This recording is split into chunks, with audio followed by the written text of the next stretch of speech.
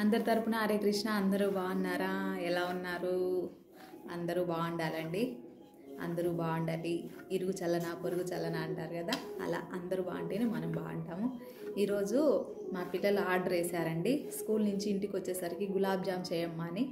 వాళ్ళు వచ్చేసరికి రెడీగా చేసి పెట్టాలి, లేకపోతే పాపం హట్ అయిపోతారు పిల్లలు.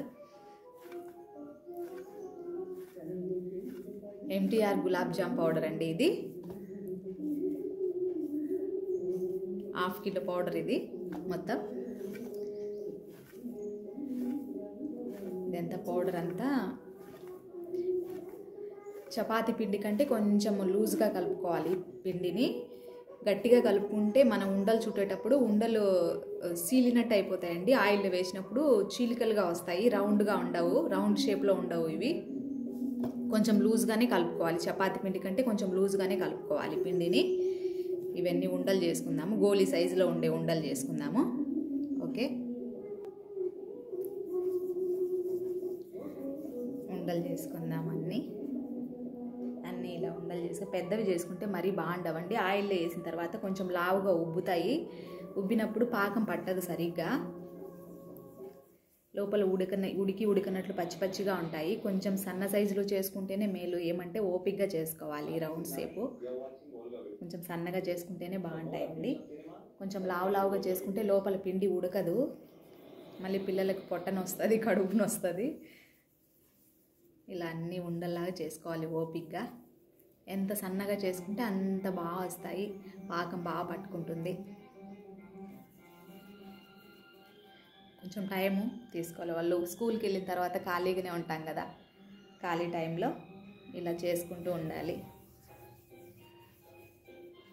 అన్నీ ఇలా ఉండలన్నీ చుట్టుకొని డీప్ ఫ్రై చేసుకుందాము.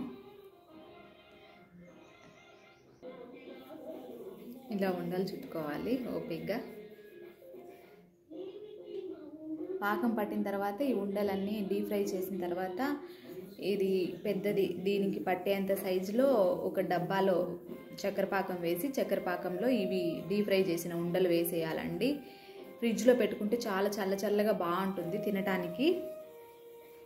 ఈరోజు చేసిన గులాబ్ జామ్ కంటే మరుసటి రోజు బాగుంటుందండి గులాబ్ జాము. ఎందుకంటే ఈ ఉండలన్నీ బాగా పీల్చుకుంటాయి చక్కెర పాకంలో.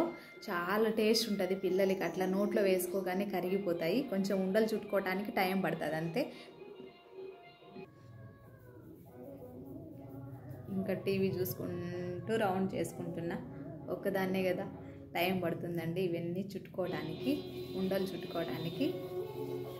1/2 కిలో పిండి కదా, కొంచెం టైం పడుతుంది ఇవన్నీ చుట్టుకోవటానికి.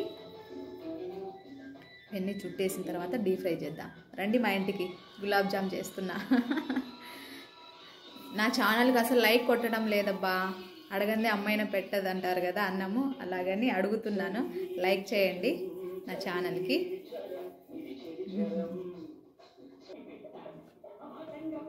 చూడండి ఎన్ని అయ్యాయో. ఇంకా పిండి ఉందండి. ఈ పిండి ఎంత చేయాలి. 10 డేస్ ఉంటాయి గులాబ్ జాములు ఫ్రిడ్జ్లో పెట్టుకుంటే. ఇదంతా అయిపోయిన తర్వాత రెడీ చేసుకుందాం పాకం.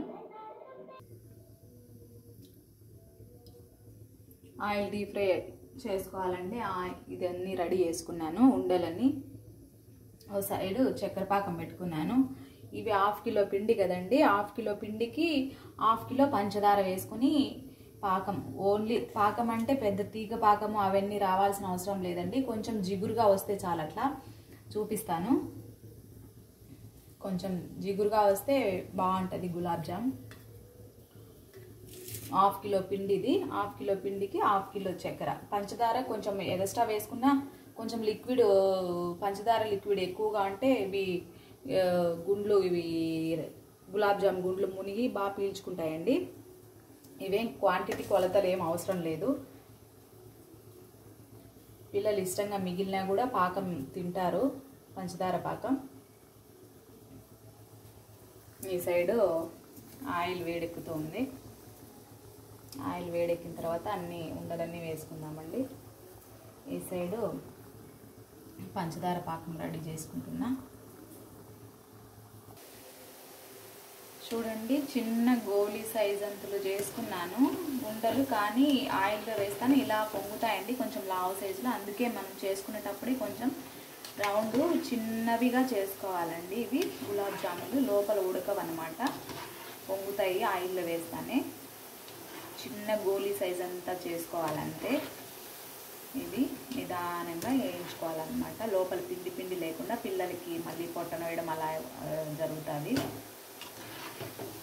అందుకే నీట్గా నిదానంగా స్లోగా వేయించుకుంటే లోపల కూడా ఉడికిపోతుంది అన్నమాట. ఇది గుండ్లన్నీ ఈ సైడ్ ఉడుకుతూ ఉంది, పాకం ఆల్మోస్ట్ దగ్గర పడింది. ఇదిగోండి, ఎక్కువ హై ఫ్లేమ్లో పెట్టకుండా గ్యాస్ మీడియం ఫ్లేమ్లో పెట్టాలండి. గ్యాస్ మీడియం ఫ్లేమ్లో పెడితే ఇవన్నీ మాడిపోకుండా కలర్గా వస్తాయి, కలర్ఫుల్గా వస్తాయి. ఇప్పుడు నేను మిడిల్లో పెట్టాను గ్యాస్ పొయ్యి. ఈ సైడు వేసేసాను కొన్ని చక్కెర పాకంలో.